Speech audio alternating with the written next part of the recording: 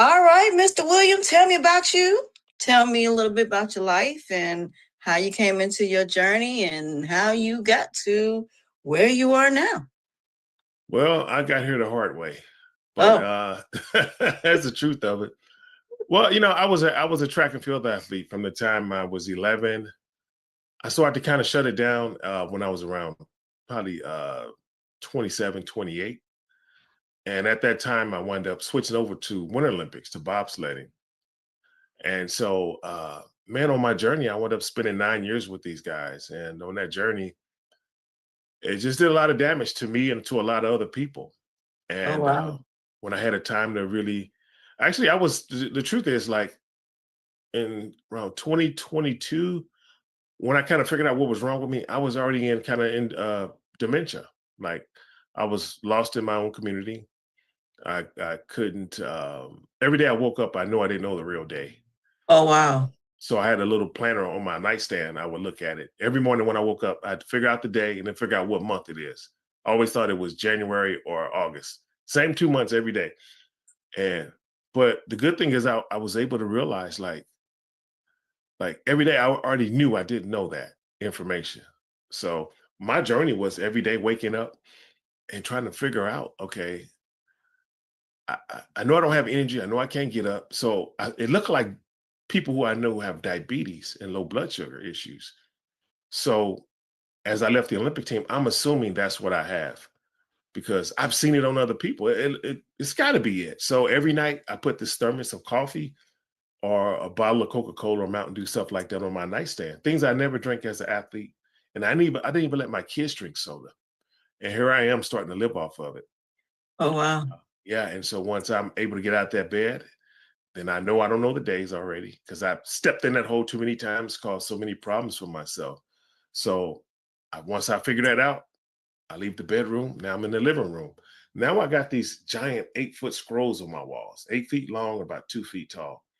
And then I put them in sections. Like one is like doctor's appointments. Then if I had any work, would be in the middle. Then the last little section would be for dating. Because I was running into crazy problems. Like, let's say somebody asked me out and they was like, hey, Will, today's Monday, let's meet on Tuesday. Let's go have lunch. And I'd be like, oh yeah, cool. But what I didn't tell them is, like, to me, Tuesday is like a month away. I can't even see Tuesday. It's so far away. So then they're going to show up to lunch on Tuesday, and then my phone's going to ring. They be like, hey, I'm here. I was like, oh, cool. What you doing there? And it was like, we're supposed to meet here. Like, what do you mean we're supposed to meet here? And so I was having that going on. But what I realized, if today's Monday and somebody wants to ask me out, and they're like, hey, let's meet tomorrow, my brain would connect tomorrow.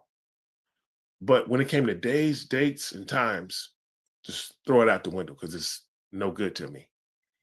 And so that's what I was kind of dealing with. And then it got so bad that I eventually I just took the bed, like, out of my the mattress off my bed in the bedroom, right? I put it in my living room on the floor because they put me right next to the kitchen, right next to the bathroom, and right by the front door. And that's why I laid down at. And then my teammates began to, like, commit suicide, right? And I knew about some of them. I didn't know about all of them. And for me, I was a counselor for a long time, and I know the damage it do to families. And, like, I'm close to my family, and I couldn't put them through that trauma. And so what I did is I was like, you know what? I said, God, I can't kill myself. I said, I'm no stronger than my other teammates, but I said, but you can come get me, you know, and it won't be as bad on my family. And so every day I'm just praying for death. And Um, that's just kind of where I was at. Yeah. so what is it called as far as the condition that you have? CTE is the abbreviation. The real words, some days I can see it, some days I can't. But it's the same condition that you see. It's in the media a lot with the NFL players who committing suicide or doing mass shootings now or murdering somebody. It's the same condition. Oh But wow. yeah, but what they're not telling us is that if you if you go look at our soldiers, like, they report that there's about 6,400 suicides, veteran suicides every year, right? Mm-hmm. They haven't put out the last 2 years of numbers yet, but every year it goes up a little bit more, a little bit more. So what I figured out from looking at my symptoms and everybody else's symptoms, it's the same stuff that's killing the veterans because they're Ooh, coming, yeah, they're coming back from the war and they have PTSD is what they're saying. yeah. But when they check their brains, they're finding CTE, which is the same thing that's killing everybody else. And Okay. yeah, and so we got the 6,400 veterans that commit suicide, but they're not telling us about the other 5,000 who overdose. Even if they leave a suicide note, they don't count that as a suicide. So there's really 11,000 veterans every year that's taking their life. And Unbelievable. it's disturbing. It's very It, disturbing. it is. And my dad was in the Vietnam War. And a lot of people back then, there was no therapy for them. You know, a Yeah. lot of these soldiers now that are going into the military, they're not going into the military to go to war. They're going into the military for that check. And then, like my ex's brother, who before he went overseas, he was fine. He went on, he Hmm. was in the military, dressed really nicely, things like that. And then all of a sudden, one day, he just started having these hallucinations. His girlfriend started calling us, talking about, oh, he's having these hallucinations, and I'm calling his mom, and she's like, well, why don't you have his wife put him in? His wife and him are not together, ain't been together in years. It was to the point that his daughter couldn't even be around him. It was to the point where we let him stay at our house for a couple days.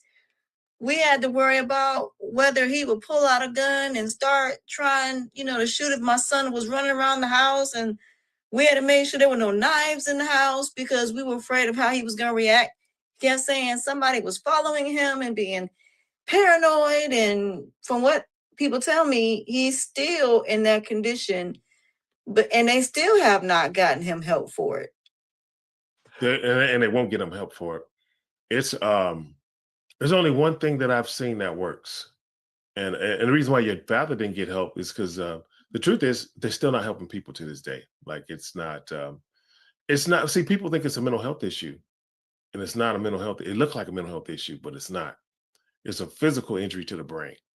Like, Okay. matter of fact, let me see. Do you play any sports ever when you're in high school? Played when I was a kid. Like, I mean, we jumped off fences, played kickball, dodgeball, dance, or something like Okay. that. Yeah. Well, you probably missed the hamstring pulls and all that kind of stuff. Just Yeah. so when you join the track team, most high school kids pull hamstrings. That's the Mm. best way to look at it. And so when you pull that hamstring, what happens is you get swelling in that hamstring, right? And so you get so we put ice on it right away and we compress it, like wrap it as tight as you can to keep get that fluid out of there, right? And then over the next few weeks, we will alternate ice and heat to remove that inflammation and to heal the muscle. And then when you get done and it's about to heal up, you got a knot and there's a scar tissue in there, right? And Mhm. so what they do, like when I lived at the Olympic Training Center, they give us this white rag. You hate to see the white rag come in because you already know what that means. It's for us to bite it. So when they take that elbow like this and they're gonna put it right on that knot inside the muscle, and they're gonna cross friction it really hard and try Yeah. to break it up, right? So now remember, when you have concussions, it's the soft tissue up there. There is no way that have they ever tried to remove the inflammation. There's no therapy for that. Yeah. So what I believe is happening is it just sits there and it just festers, because we not do anything to remove it. Yeah. And so for me, I got better when I don't know, do you know who Joe Namath is? Yes. Okay, that cat right there saved my life. Oh. Yeah. He said he used hyperbaric oxygen to reverse his CTE symptoms. Oh But wow. but he didn't really leave any details for that stuff. He just said he did it. He didn't tell me what his symptoms were. He didn't say how it helped. So I was like, man, I gotta try it because I can't find anything else. Like once I knew what this thing was, right? And I tried it, man. I was in that little chamber. Matter of fact, that's what's behind me right here. That's a hyperbaric oxygen chamber. I was Oh. Yeah, you just hop in it, you turn it on, and I was in that thing for 1 hour, and it removed 10 years of cloudiness off me. Do you know what that reminded me of? There was a What's that? doctor that we had. they did was like the red light theory, where you're on that bed for like 16 minutes, and it helps with different types of things, from pain to all types of things. Yes. Yeah. Yeah, that is similar to that. And then a friend of mine named Charles Maddox, they took some people to Mexico that had cancer, and they did treatments that were holistic treatments, and these people came back with no cancer. Absolutely. Yeah. Yeah. They'll tell you, if you use this machine, it'll oxidate all the cells in your body, and cancer can't live in there. Oh, wow. So most doctors now, new age doctors, when they're putting you through chemo, most time they'll put you through this machine before chemo, during chemo, and after chemo. And yeah, and if it's strokes, like, they don't talk about this in the brown communities. Matter of fact, before I made Team USA my first time, I did a movie called Jerry Maguire. I worked on Any Given Sunday. I'm the guy you seen running up and down the field with a uniform on, looking like a real athlete. So. Oh, Yeah. Okay, that's what's up. Yeah, so I was doing that kind of stuff. So, like, man, I forgot what my point was. See, that's one of my glitches right there. That's my last little glitch. I can never seem to get past that one. Like, I'll be telling this story, I'll be like, what the hell was I talking about?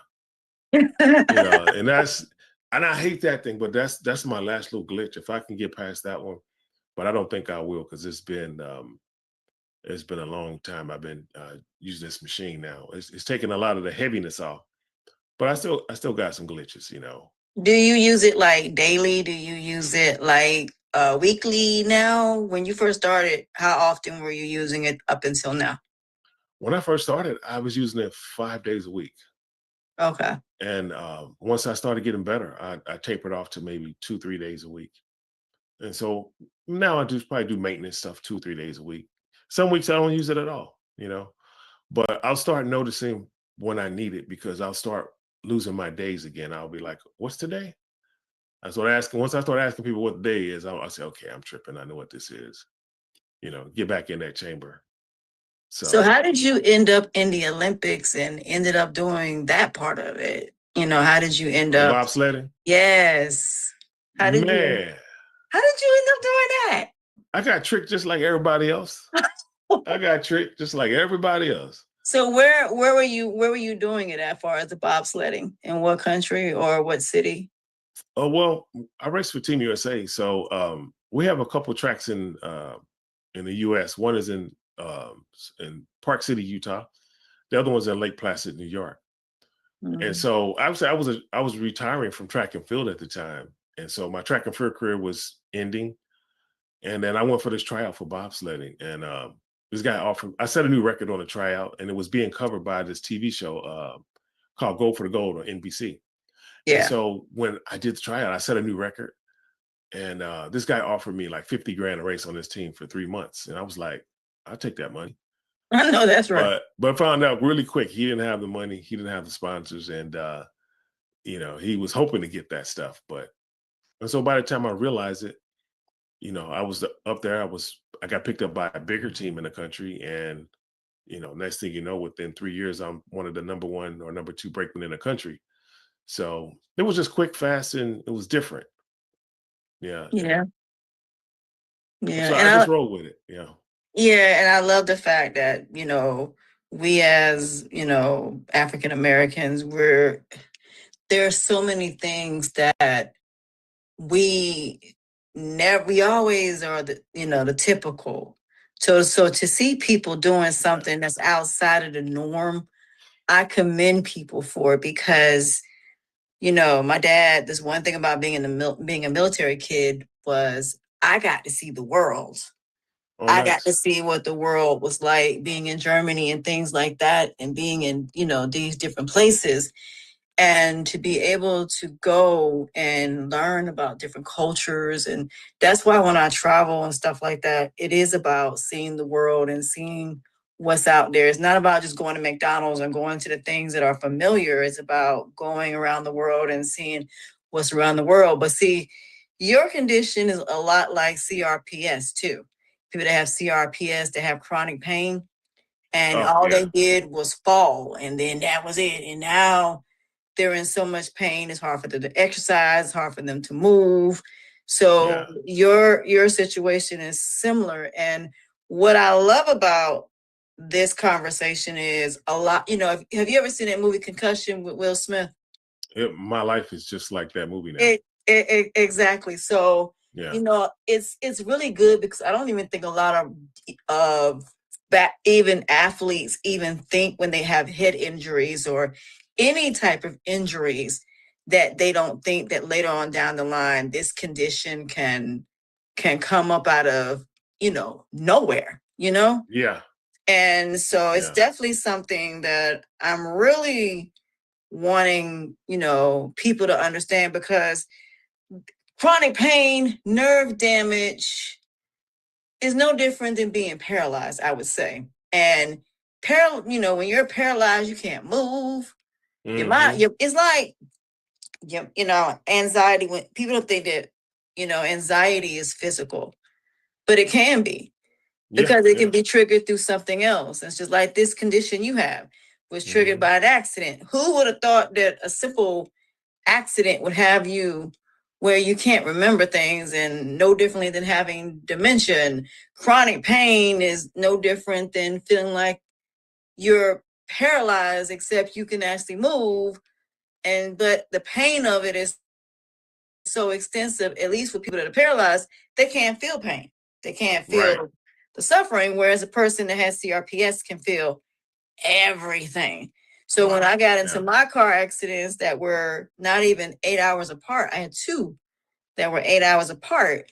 So to be able to go through where the chronic pain would go from my lower back, not being able to walk, to walking again, not being able to walk again, it was really, really, really bad. So the fact that I even had to go through that and still dealing with the now anxiety that when I get in the car, I have tunnel vision, and then not having enough sleep. People don't understand that when you go out of the country and you go to a doctor in Turkey or a doctor in Mexico, for $1,000 and some dollars, you can get a full extensive everything, get treatment and everything. But in this country, we're paying thousands of dollars. And then I looked at the insurance on the healthcare.gov. It's $400 and something dollars for my insurance now. Oh, wow. And I'm just sitting here like, you can't be serious. Then it's like, to go to a specialist, $100 and something dollars. Then last year it was $100 and some dollars for me to go get a colonoscopy. Now they're talking about $477 to go get a colonoscopy. I'm like, wow. And you wonder why people are dying. Yeah. How can somebody afford to get surgery? And now the doctors are making you pay up front. And then that's how I became a medical biller. And that's how I got into the medical field, because when I went through these situations, the doctor's telling me, oh, it's just your imagination. Exactly. You don't tell me something that I'm sitting up here feeling. Then the first thing they want to do is bring a therapist in there talking about, have you ever thought about harming yourself? Why are you asking me that? No, I'm in pain. Find out where the root of the pain is, but there's nothing that is built or created to be able to tell you where your pain is coming from. Exactly. Nothing. Well, one thing that you said is good. At least they were asking you those questions, because most people, they don't ask those questions. Do you feel like harming yourself? And, so now you just laying around suffering. Exactly. And probably thinking about harming yourself. Yeah. And the crazy part about it is that you have, a lot of doctors now that are starting their own practices and getting more into holistic treatment. And I noticed that when I stopped, and then I'm looking at the back of like this bottle here, and you're looking and it says chlorine. When did we start having chlorine in our water? When did we start having all of these different things going on, all of these different extra things in our foods? And me and my friend were talking today, and I was like, the whole thing of it is, it's really about making your own stuff from scratch, growing your own foods and things like that. But I always think, like, when I think about football, basketball, I think about gladiators back in during the Roman days when they had to fight to the deaths, except now you're not fighting to the death. You're just fighting to win a championship. Yeah. But the injuries and everything that come with sports and things like that, does it make it worth it as far as all the money that these people are making? Yeah.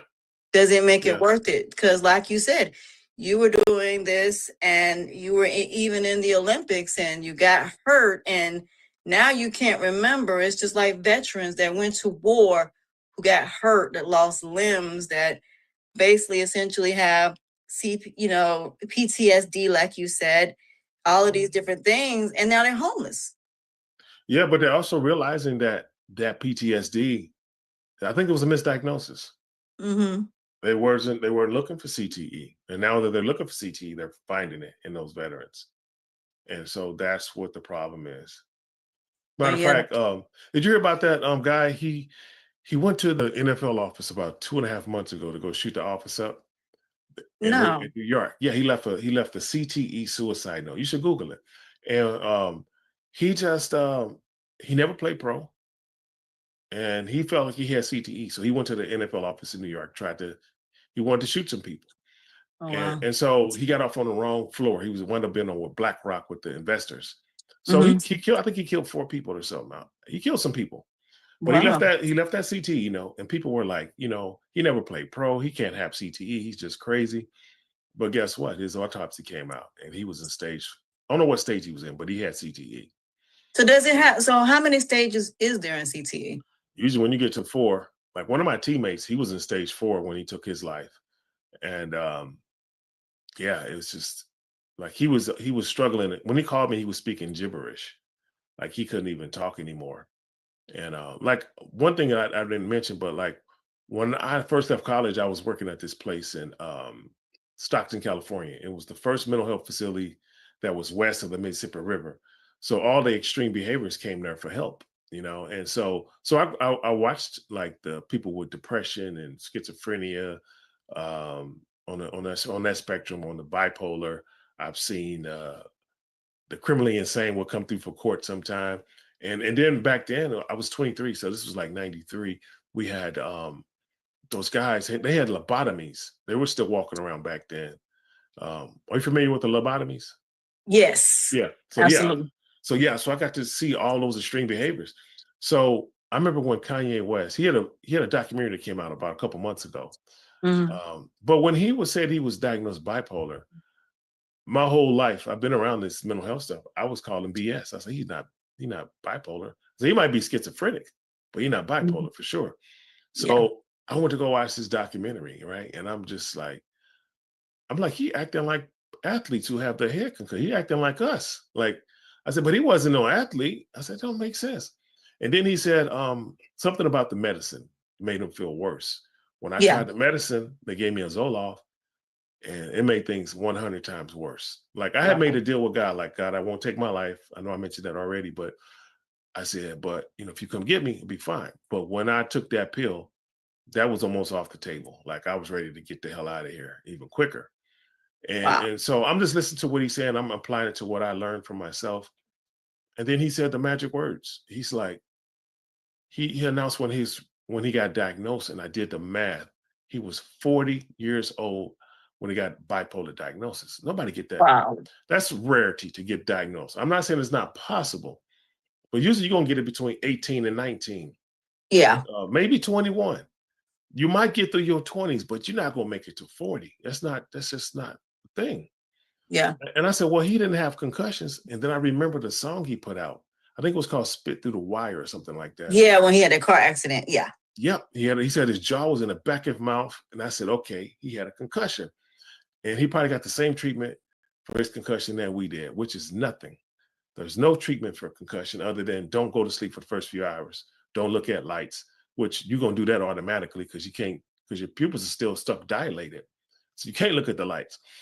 So, but yeah, I think there's so many misdiagnoses out there. People aren't getting the help they need. And that's why. Yeah, that makes complete sense. And the first thing they want to tell you is there's something that nothing's wrong. And then when you go to other countries, you're finding out there's a whole lot wrong.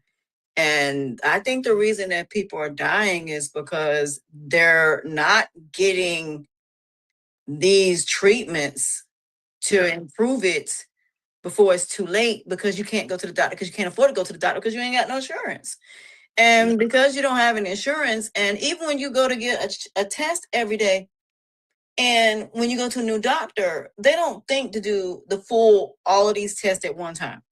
You know, going to the hospital, you getting your CT scans, your MRI scans, blood work, x-rays. They're not doing all of this at one time. And then these doctors are only about giving you medications. And like this one girl said recently, she took a medication that a doctor gave her, messed up her whole entire face, and she went to sue, and they did nothing. So it's like, I understand, pharma fixes. Creams are just temporary fixes, but it's not fixing bulging disc. It's not fixing Alzheimer's. You're getting charities for all of these different things, and you would think that, okay, y'all getting all this money in charity, but where is it going? Towards the medical field. And why is it that you have people in different countries that have come with cancer treatments that have nothing to do with chemo that will help when it comes down to cancer, leukemia, kidney disease? You're going to the doctor and they're just saying, because they don't see it, that there's nothing there. But that doesn't mean there's not anything there. It's just you're looking for the typical things based on what you were taught in the medical field. And I do think that doctors should take time to learn from other cultures, look into what other cultures are doing, because apparently our way of doing things in America isn't working, because too many people are dying. Because like I said, there was a lady that I know, she went to the doctor because she was half blind and half deaf. Went to the doctor every 30 days. They never once tested for cancer. Went to the hospital and they said, oh, by the way, you have stage 4 cancer. You only got 4-6 weeks to live. She died in 2. We couldn't even get her to the cancer treatment, to go get cancer treatment in time, because she'd been going to the doctor every day. There are people that go to the doctor every 30 days. And because you don't tell them what's wrong, they're saying, oh, there's nothing wrong. But there are some things that don't have symptoms that you're not going to know that there's nothing wrong until you actually do the research on the symptoms. Because some people, like my son's autistic, maybe autism may have something to do with this as well. Because the umbilical cord is wrapped around your neck. And being that it's wrapped around your neck, I tell people, if your child is breached or the umbilical cord is wrapped around your child's neck, there's no circulation going to the brain. Which in terms can cause autism.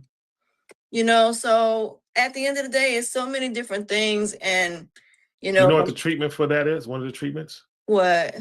This machine right here. Oh. Okay. Yeah, so it's one of the treatments for autism. How do you go about getting one of those?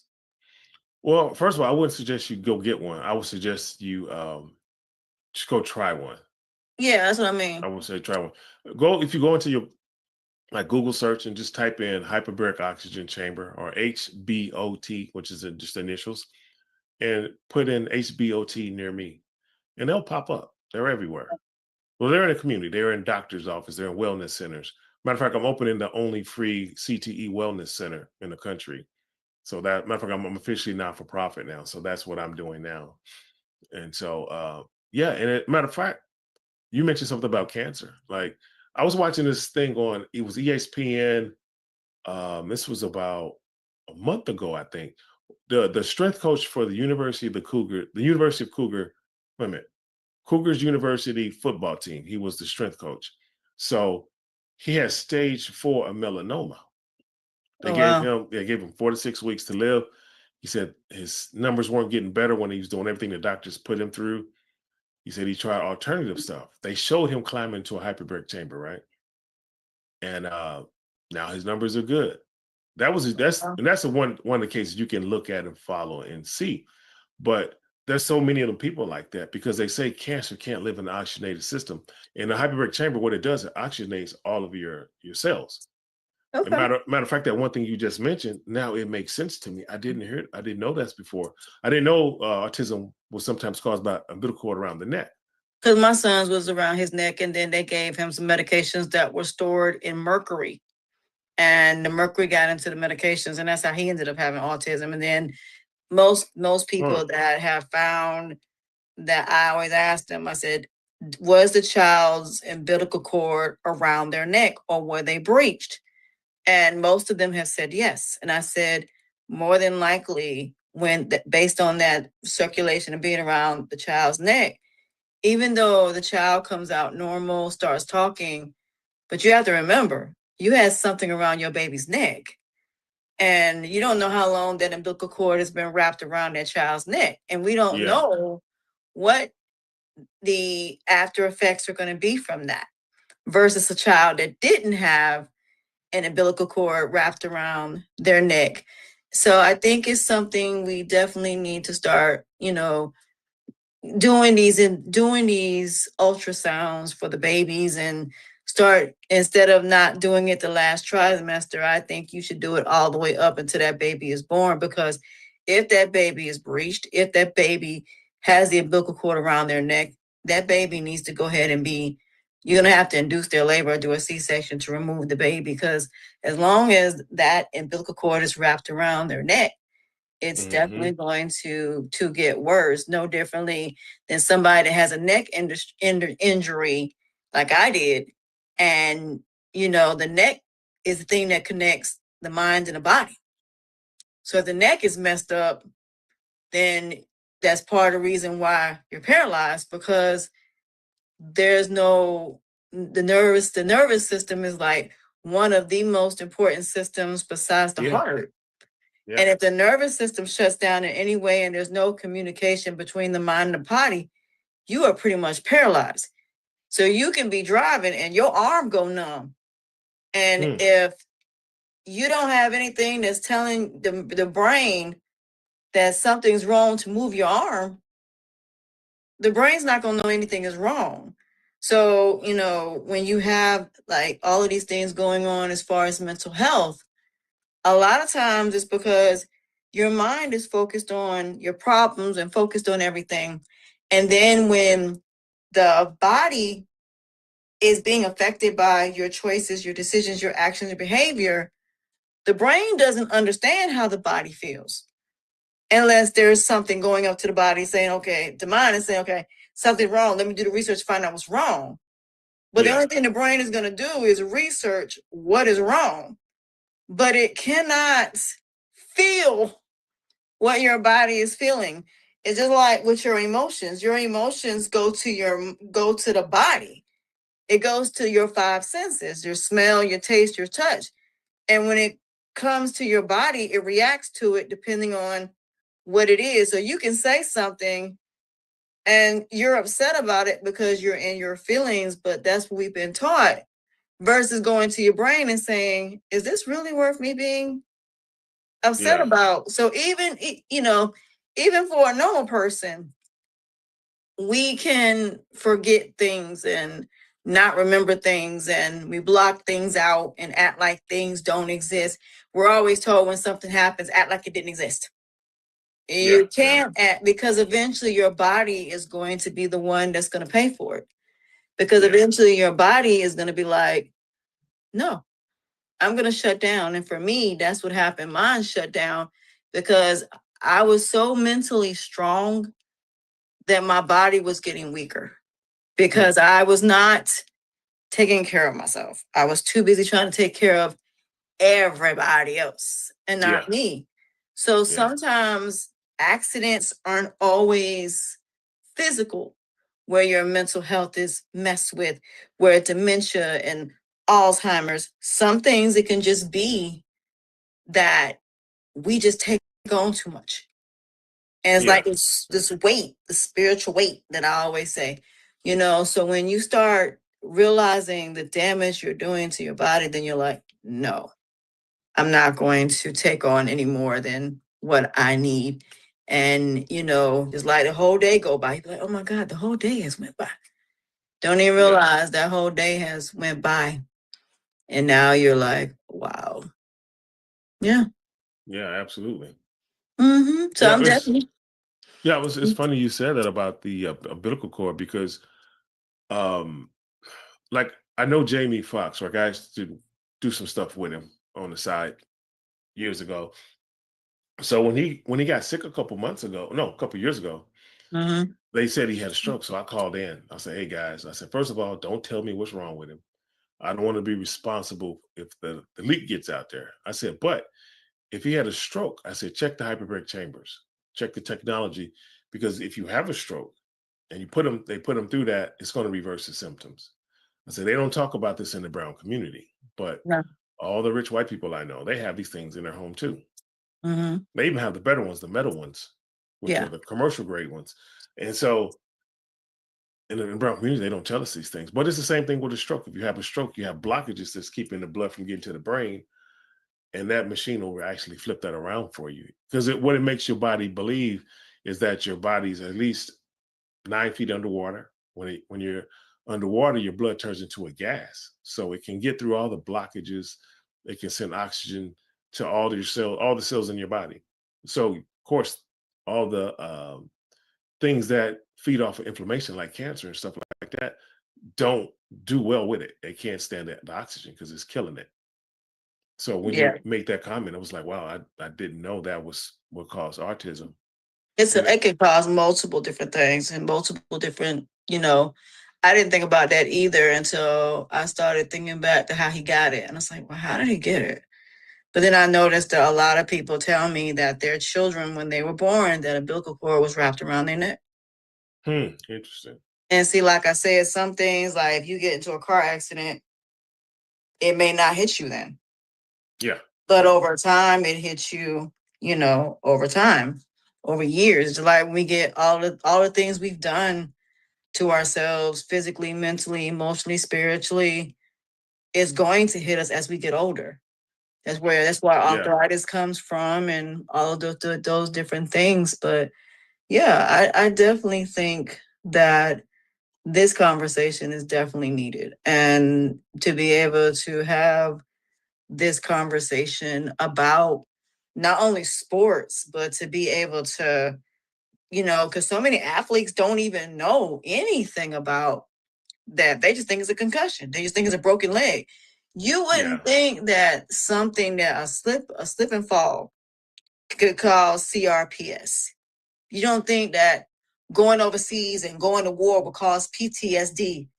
You wouldn't think that going through domestic violence would be something that people don't even realize mentally and psychologically go hand in hand. Trauma is trauma, regardless of what it is. It may be different, but that don't mean over time that the damage from it, even though you overcome it, it doesn't mean there's not damage. It doesn't mean that there's not every day later on in life, those damages get worse. It's just, we're just told to get up and brush ourselves off versus saying no. 6 weeks is not enough to heal after having a baby. 6 weeks is not long enough to heal a broken leg or a broken arm. Alzheimer's isn't just something where you just automatically just not remember, so I'm definitely glad we had this conversation, because now when we asked the podcast, I know what direction now to go. I think really talking about the chamber, really getting more into that and what all it does, getting into the fact of how the importance of the mind and the brain and the connection of that, how the nervous system is so important, because I think we don't talk about how important the nervous system is, the digestive system, and how those things are important, and how our internal, because we're so focused on the external, jobs, careers, money, but we're not concerned about our physical health and how can we help other people and still protect ourselves. Because I think self-esteem also plays a part, because if your self-esteem is broken, there's a saying, if your self-esteem is low, you'll fall for anything. Absolutely. So if your self-esteem is broken, you'll let anybody do anything. And I think that's the ultimate way that people hurt people, in a way where they ain't even got to put their hands on you. Oh yeah. And they break Absolutely. your freedom of choice, your freedom of free will, your internal health. And that's why I tell people, negativity will hurt you from within, not outward.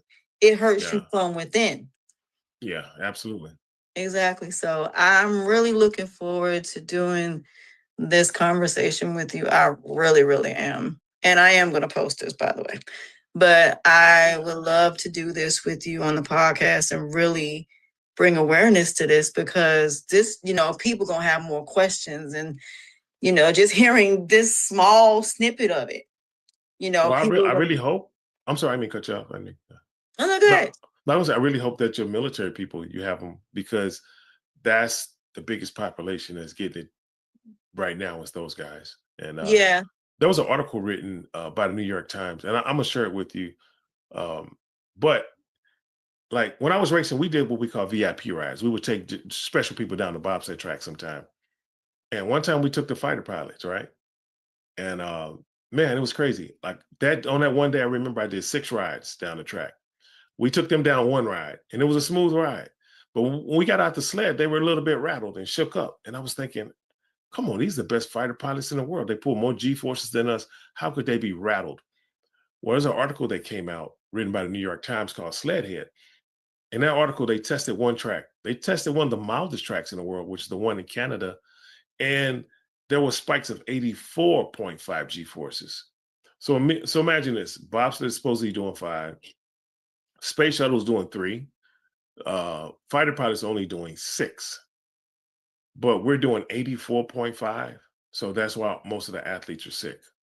It's because of that right now. And I don't know if you know, but like I filed a class action against the Olympic team to make them help everybody, and they're fighting me on that. But the number one thing I asked for is for them to warn the new generation before they get in that sled the first time. And they're fighting me on that too. And so that movie Concussion, my life has just played out like that movie right now. Like if my lawyers have now turned their back on us, they're now standing with the defense. So my last 3 court hearings is virtually me versus all these high paid lawyers. And it shouldn't be that way, because like right before I filed that case, and for the first 2 years it was open, I could barely form sentences properly. I could hardly find words, because of my concussion stuff. And that machine woke me up enough to here I am now in court fighting. I'm kicking their asses right now. But No, that's right. yeah, but it ain't going to stay that way, because I'm not stupid enough to think I know the law. But right now, I'm able to get the information out and get the information to the judges. And where before, when we in mediation, I couldn't talk about things, so they had my tongue tied. But once they brought the first offer to court, and the offer is really $2.1 million. And what they'll do is evaluate athletes only, no treatment and no money for treatment. And so we're like lab. They want to make lab rats out of us. And I'm like, absolutely not. I'm not signing off on this thing. So they've done everything to get me to fold. They've tried to threaten me. They bullied me. They threatened me, tell me I'll be sued if I don't take the offer by other people who need the stuff. I'm like, nobody needs this evaluation if you're not going to treat them. So who's going to sue me for that? Because I'm trying to get them more. But those are the things that's going on right now. Like, if I disappear today, they'd be very happy. Put it that way. I appreciate it. But yeah, I'm looking forward to doing this with you. But yeah, whatever time of day works for you, I would love to do it with you and have the conversation with you, definitely.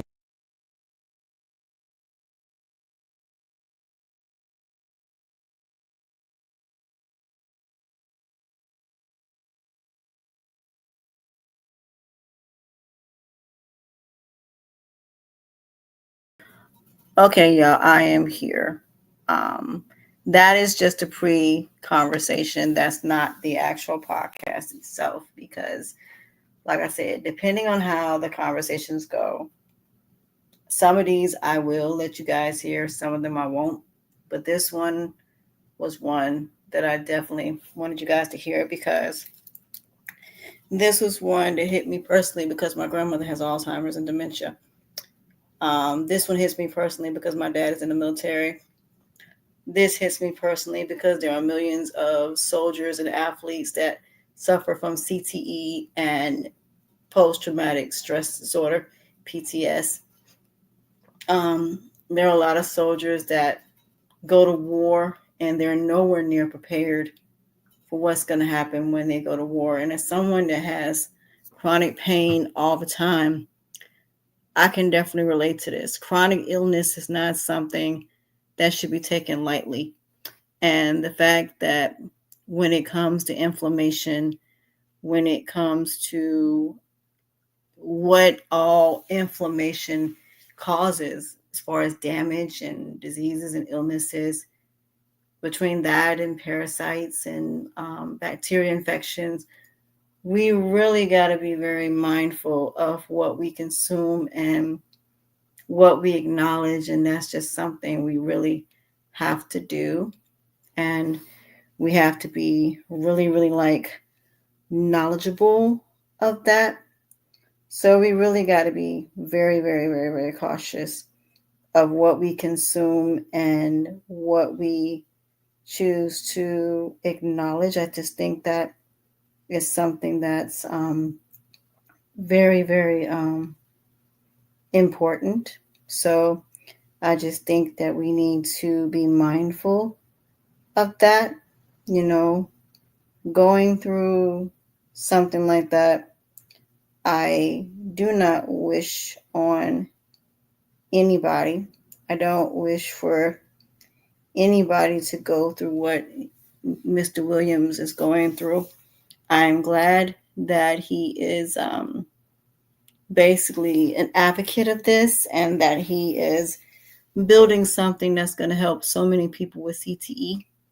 I think it's a great and phenomenal thing to do. I cannot wait to do part 2. We will be doing part 2 in January after the holidays. So we will be doing the podcast on the first week of January. I just got to find out whether he's East Coast or West Coast. So there are a lot of podcasts coming up in January. I have one on Friday of this week, and then I have one with Monday. So Friday's going to be with Mr. Ken. We're going to talk about the church and far as the gay community in church. That's one thing we definitely are going to talk about. We're going to talk about just his book. I wish I had the book because I would have been able to read it. But I'm looking forward to him talking about the book and really about, accepting truths, because a lot of people have no idea what the truth really is and what it entails. And the truth hurts. Truth ain't nothing to play with. But once you accept the real version of yourself, and once you build your self-esteem around the new version of you, nobody's going to be able to break it. It'll be almost impossible. But I love when people find their purpose through their journeys and learning to accept themselves and who they truly are. Learning to live with whatever they have going on, but at the same time, still continuing to fight to heal and recover from it. You may have to live with certain things, but that still don't mean you're not going to continue to keep fighting to find a cure for it. That's something that's important. So that's just pretty much for, it. But with Melissa, we will be talking about the healing and recovery when it comes to raising kids. We really going to have to talk about some really uncomfortable truths about raising children and really how hard it is to raise children in this economy, from the educational system to life skills to, grief when it comes to accepting the death of a relationship. We might even talk about the Oprah Winfrey video about no child and no parent contact. I'm am looking forward to that. So to do the no parent, no child contact, I'm really looking forward to that. That's going to be probably the first thing we're probably going to discuss, but I'll make sure I make her aware of that, what we'll be discussing. So I'm really looking forward to that. So I might send her the video and just let her look at it, and we'll just talk about it from there. So with that being said, I'm really looking forward to these 2 podcasts. I'm looking forward to all the podcasts come the new year. So that being said, I appreciate you guys. I love you guys. Until next time, I will see you guys next week, and we will talk later. Bye, guys.